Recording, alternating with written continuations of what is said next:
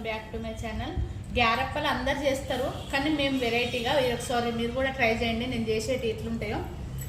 ఈ గ్లాస్తోని ఒక పిండి వస్తే 1.5 వాటర్ పోయాలి. వాటరు నేను అవన్నీ చూస్తా ప్రాసెస్. అందులోకి ఏం కావాలో చూడండి.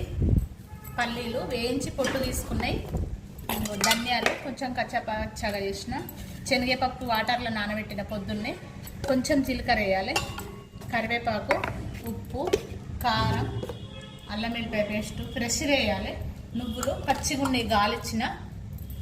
ఇవి నేను చేసేటప్పుడు చూస్తాయి. అందరూ పిండి లేచి కలుపుతారు కదా, పిండి లేదు. ఇక వాటర్ పెట్టిన ఇవన్నీ వాటర్లో వేస్తాను నేను. కారము, ఉప్పు అన్నీ.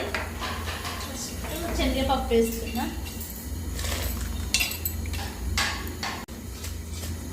తర్వాత ధనియాలు, తర్వాత నువ్వులు,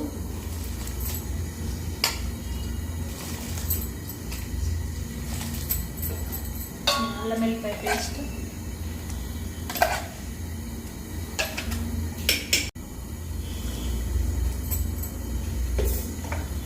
కరివేపాకు,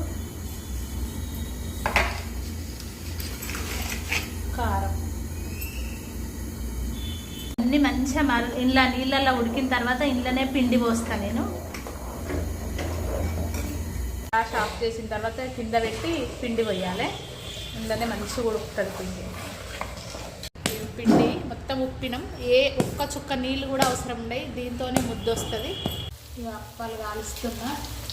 ఒక్క చుక్క కూడా వాటర్ అవసరం ఉండదు. ఎంత క్రిస్పీగా వస్తాయి కూడా, మొత్తం పాపడాలు వచ్చినట్టే.